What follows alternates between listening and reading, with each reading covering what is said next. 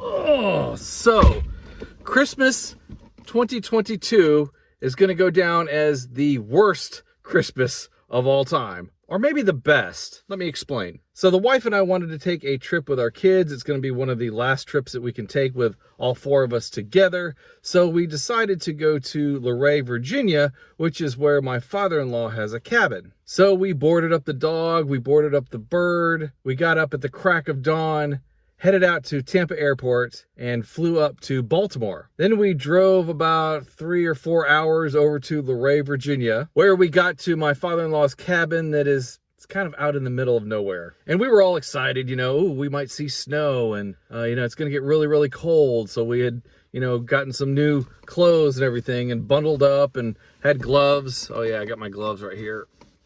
Oh, my gloves right here. And then we had dinner and decided that the next day we would get up and go into town and just kind of explore the town. I had heard that there was a Cooter's from Dukes of Hazzard in town, so I wanted to go check that out. But we also went over to Sperryville, which turns out that was where the Dukes of Hazzard Museum was originally before they moved it over to Luray. Drove through the mountains, and it was, a nice time. And then we went over to Cooter's and checked out the General Lee and all the Dukes of Hazzard memorabilia that they had and everything. And I'll have a video on that sometime in the future, maybe, I don't know. And then after that, we decided let's just go home and we'll bunk in for the night, have dinner, and all that good stuff. I ended up bringing my copy of Ready Player 2, and I probably read about 3/4 of that book while I was up there. And then the next day, we had heard that there was going to be snow. I believe this is on Wednesday.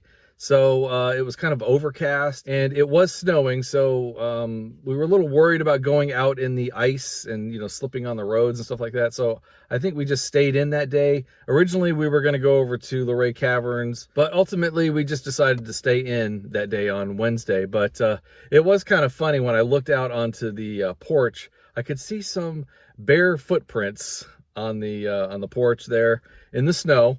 And I guess my son had walked out in his bare feet to, I don't know, feel what snow feels like on your feet. I'm not sure. So yeah, we stayed in that second day. We had dinner. We had food that we had brought to the house, which we were either going to have to eat or throw away before we left. I tried to eat as much of it as I could. So I ended up having a turkey sandwich for breakfast the next morning. That was Thursday. And then that was the day that we decided we're going to go ahead and go up to Luray Caverns. And we went up there and walked through the caverns and checked all that out. I'll have a video about the caverns separately. And then also at the caverns, they also included a tour of, there's like a children's toy museum that they have there. And then also an early 1900s carriage, like motor car museum kind of thing. And again, I'll have a video on that, hopefully. And then we went into town and we got some coffee and headed back to the house. So anyway, when we got back to the house, we found out that the power was out. Well, my father-in-law has a generator there, which is great because, we went ahead and turned it on and got it all going. So we got power back to the house. But it turns out that the power wasn't going to be restored until the next day at 9 p.m. Well, we had plans to get up and get going the next day, Friday, and meet my friend for lunch at 12 noon in Baltimore. Well, without having the power, it was going to make it way more challenging to do that. So we decided to just go ahead and clean up the house and go ahead and get going and leave that night and go ahead and stay in a motel or hotel in Baltimore. So that's what we ended up doing. And then the next morning we got up leisurely and met my friends for lunch, and we went ahead and headed over to the airport. Well, this happened to be the time at which one of the greatest freeze storms of all time had swept through the Northeast. So we sat there at the airport. Our flight was supposed to leave at 4:30. As far as we could tell, everything seemed to be good, except for there was one delay. Well, I went over to the gate where our flight was going to take off, and I noticed that the plane that was going to take off before us was still at the gate, and it hadn't even loaded yet. And I'm like, something's weird, something's going on here. So it ended up being that they canceled that flight, and they canceled our flight as well. But they didn't tell us that. We get up on the board and we look, and it's just, our flight is just not there anymore. By the way, this is Southwest, in case you're wondering. So we got in line to talk to the lady, at the desk about what the heck's going on. There was a huge line. It was a big mess. Unfortunately, there weren't going to be any flights for us to divert to until like Tuesday. And we had to get back in order to pick up the dog from the kennel and my bird from the kennel. So we were on a bit of a time crunch. Again, this is on December 24th, Christmas Eve. There weren't going to be any flights on Christmas Day that we could get. Nothing on the 26th. I think the 27th, again, was the earliest that we could get a flight. So we just decided at that point, we're talking to the lady at the desk, to just go ahead and cancel our flights, whatever. Don't worry about diverting it, blah, blah, blah. We'll go rent a car. We'll just drive back. So she goes ahead and gives us a pretty substantial amount of credit for the 4 tickets that we kind of got screwed on. So we kind of made out there, but of course you can't use them except for Southwest, and you have to use them within a year. So that's kind of the downside there. And another thing, when your flight is canceled and your luggage is on the flight, there's virtually no way to get that luggage back. So we talked to the folks and they said that your luggage is going to go back to Florida, and you'll have to contact us and get it back and all this other stuff. Fortunately for me, I just brought a backpack, so I had all the stuff that I needed with me. I don't like to check bags. So anyway, we headed over to the rental car facility. Of course, we weren't the only ones who thought of this idea of renting a car. And of course, the car rental place that we were going to go to, Dollar, I think it was closed. We had set up a reservation while we were getting over to the, well, my wife did, while we were getting over to the rental car facility. But of course, everything was closed by then. So yeah, the clerks at Dollar and Hertz, they were there, but they couldn't help us except to tell us that,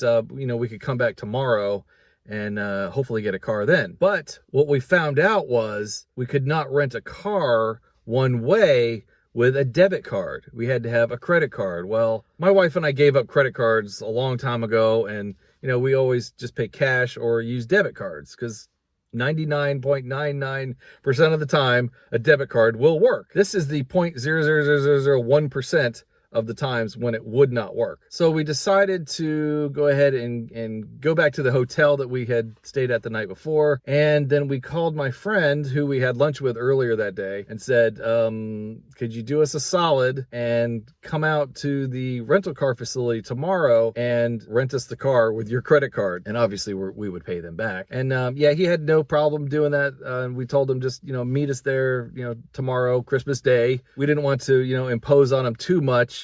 So we said, just kind of meet us at 11, whatever, have your Christmas morning with the kids and everything. And just, if you could meet us roughly about 11, that would be great. So then we hung up with my friend and we thought that maybe we should check to see if the reservation was still good. Well, my wife called and it turns out that reservation expired at midnight that night. So we had it changed so that it would continue for the next day. Unfortunately, Dollar's reservation system does not send you a confirmation email. So whenever she would do these reservations, she'd never get an email back. So I started telling her, you better screenshot the confirmation number. So anyway, the next day we got up and we took an Uber back over to the rental car facility, got there about 9:30, 10 o'clock, because we wanted to make sure that we could get the car before we called our friend to come out and do the credit card solid for us. Basically, they said, hopefully you'll get a car. It could be up to 3 hours. And we're like, okay, well, we're good with that. It's not a problem. We can deal with 3 hours. We just need to get a car so we could drive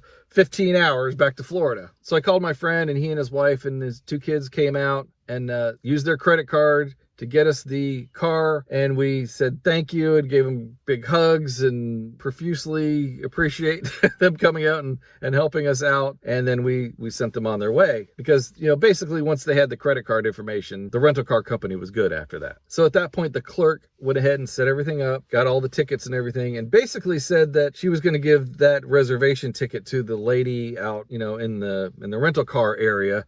After they clean up the car, basically they'll call you. That's the point at which we sat there for 3.5 hours waiting for them to call us. And I'd go outside and, check to see what was going on, if there were any cars coming in. And every so often I'd see, 2 cars pull up and then, they'd have to go over and clean them and then they'd bring them over. And then, the lady would call, you know, John Smith, your car is ready. And then, you know, they'd go or whatever. There may have been about 20 people in front of us before we did finally get our car at about, it was roughly about 3:30 p.m. on Christmas Day. So at that point, we got in the car as quickly as we could, and we raced back to Florida. We didn't want to do a lot of stops, but we did stop at south of the border and Buc-ee's and Wawa. And we just arrived here this morning about 6:30 in the morning. So we drove 15 hours to get back as quickly as we could so that we could go pick up the dog and pick up the bird. And now my wife has taken the car back to Tampa Airport so that she can pick up her car and come back again. I don't know. I was a man on a mission. I mean, after my wife drove the first 4.5 hours, I just drove the rest 10 hours. I did not get tired. I was just, I had to get back. I was, like I said, just a man on a mission. I didn't even really think about how much time it was going to take. I just looked at the road and just, you know, muscled through it. And we did it. We got back. This was definitely a learning experience. So now you might be asking yourself, how could this be the best Christmas of all time? Well, let me say that when you are challenged, you have that opportunity to rise to that challenge. And I'm not going to say that we had it the hardest. There were people at the airport that were having a way worse time than we were. We got fortunate that we were able to finally get a car. We were fortunate that we had friends nearby who could help us out. You know, we were fortunate that, you know, we had hotels nearby and, you know, we had the funds to be able to do this. So again, I'm not going to say that, you know, woe is me and all that, but it's during the trying times when you show your true character. And again, I'm not going to say I was perfect the entire time. I lost my temper a little bit here and there, but I really was trying to not make this any worse. I was trying to, you know, maintain a level of strength for my family to get through this difficult process. So in that way, I'm very proud of how it all came down, how we were able to, you know, not lose our cool too much, not get worried or nervous or scared or anything like that. We ended up getting through it. We're home safe, and it's all a learning experience. It's all a huge learning experience. And I think I found out something about myself that I never knew was even there. Anyway, I hope you had a Merry Christmas. And I think I'm going to go inside right now and continue ours. So thanks for watching. Take care, everybody. And yeah, I had to go back and pick up my boy. Couldn't leave him at the kennel anymore. Right, boy? You glad to be home? You glad to be home, buddy? Yeah. And I had to get my bird, too. I couldn't leave him at the kennel anymore.